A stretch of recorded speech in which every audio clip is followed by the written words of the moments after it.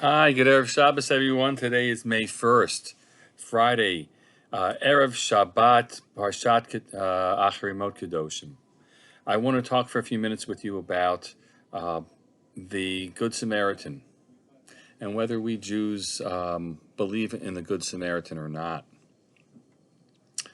And I'll tell you that we wholly and completely reject the notion of the Good Samaritan. You'll be surprised. How could that be? The idea that someone should come over and help someone who is ailing and bleeding and the like, isn't that such a good thing to do? And of course it is. I'll tell you why I framed it the way I did, and not the first to do so. The Good Samaritan actually is a story that appears in the book of Luke, and it's a parable that's in the Christian Bible. It's a parable that actually Jesus tells in that story of what it is he can do to inherit the world to come. I think it's framed, and in the story that's put out, someone has been beaten and robbed, and he's left for dead on the side of the road. And the way the story is placed, this is meant as as an indictment of the Jewish religious order, because first the Kohen sees this person there on the ground and crosses over to the other side of the road, and then the Levi does as well. Both of them seemingly worried about becoming tummy, ritually impure. And it's only afterwards that a Samaritan, and he's called a Good Samaritan, and eventually, in the contrast to some other bad Samaritans in other stories, the Samaritan is there to heal his wounds and to provide aid. And that is a terrible indictment, honestly, at least the way it's framed, of the Jewish ethic here, because and it's complete misrepresentation of it. And it's true, I said that we don't believe in the Good Samaritan because here it's just about some higher, what makes you a really good person, as if, it's a midas chasidus, it's some extra piety that a person's carrying out. And the fact is, it's not that at all. We understand the rabbinic appreciation of the Torah law says that this is a Torah obligation. You are obligated by the Torah to provide aid when someone needs it, and you can help. Lo telech rachil be'amecha. This is Perek Yutet, Pasuk Tet Zayin. There should be no talebearers amongst you and your people. Lo ta'amod odam reyacha. Do not stand on your comrade's blood. Ani Adonai, I am God. That phrase, Lo ta'amod odam reyacha, is understood by our sages to mean not to stand idly by while your comrade's blood is spilled. And not only does it mean you have to provide assistance when they are already injured, but you're obligated to step in and try to prevent them from being harmed, so that if you see someone attempting to attack another individual, it's your obligation to get in there and stop it.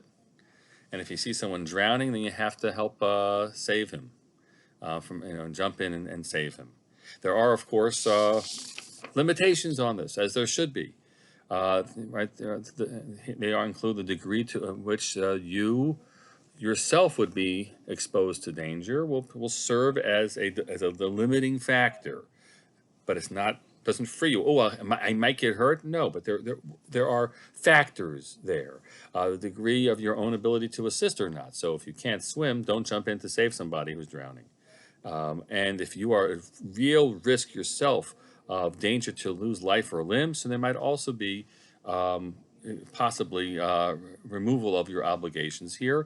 And I'm not in the moment here at all to work through with you when indeed halachically you are obligated and halachically not obligated to step in. But we should understand this isn't midas chasidus. You aren't a good person. You are fulfilling the basic expectation of what it means to be a member of society. We also know that, firstly, you should know in Israeli law, this has been encoded. There is no such law in this country. There's only indemnity that's offered to someone who might choose to provide assistance, and that something bad happens along the way. The doctor pulls over the side of the road, tries to help, so there hopefully is protection of him if something doesn't work out in his attempt to be good. In Israel, though, there's an affirmative obligation to step in and assist. We certainly know that aside from that general citizenry component, there are people whose professions or roles bring heightened, whether it's obligation or expectation or it's indeed what they've taken on themselves in the roles that they're playing. And they are people who are in the army, or people who are firefighters and policemen, and people who are in the medical professions as well. That pause there, medical professions alike, and certainly in the present moment, where to be there to assist, to be an EMT, to go to someone's home, you're imperiling yourself, and to be a doctor in the hospital, or a nurse, or other technicians there every single day. They are carrying out this mitzvah, along with the mitzvah of rapo yirapeh, to heal. They are doing the work of lo tamod al dam re'echa. They're there to try to help someone, and who is indeed in danger of their very lives being lost, and they recognize that they are doing so with a significant degree of possible danger to themselves, and they're doing it anyway. So if the Torah says lo telech rachil be'amecha, it starts the pasuk with saying you shouldn't be tale-bearing and speaking ill of one another. Lo tamod al dam re'echa. And there's an explanation for that too, that when you speak ill of someone, you're actually killing them.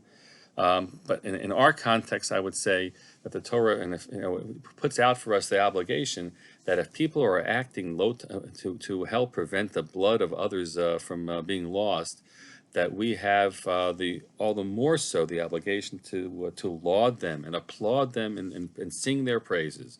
Whether it's on a Thursday night here in White Plains, I forgot this past Thursday night to go outside and bang and holler and applaud and the like, or if you're putting posters on your front lawn.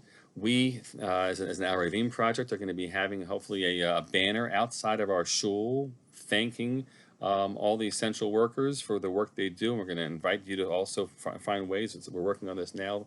Rena Fredman is leading that effort for us to have signs that do so as well. All the essential workers. It's we can play the role of speaking the praises of the people who are carrying out the Torah's ethic, for not being even beyond the letter of the law.